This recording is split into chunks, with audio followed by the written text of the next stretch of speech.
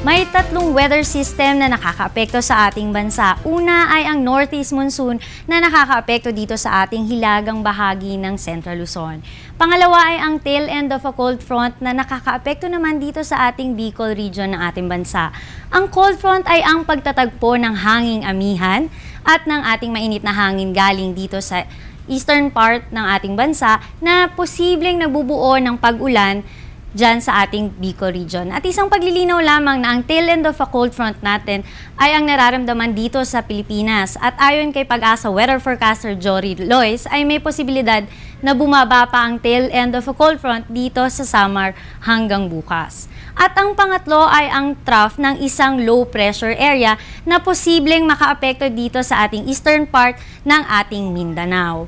At ibig sabihin po nito ay may namumuong low area sa labas ng ating Philippine Area of Responsibility.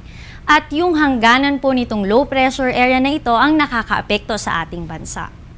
Samantala, asahan ng light to moderate rain showers and isolated thunderstorms dito sa Bicol Region, Visayas, Surigao at Dinagat, habang sa Cagayan Valley and provinces of Aurora and Quezon ay mararanasan ang cloudy with light rains. At dito naman sa Metro Manila at natitirang bahagi ng ating bansa ay asahan ng partly cloudy to cloudy skies with isolated rain showers and thunderstorms.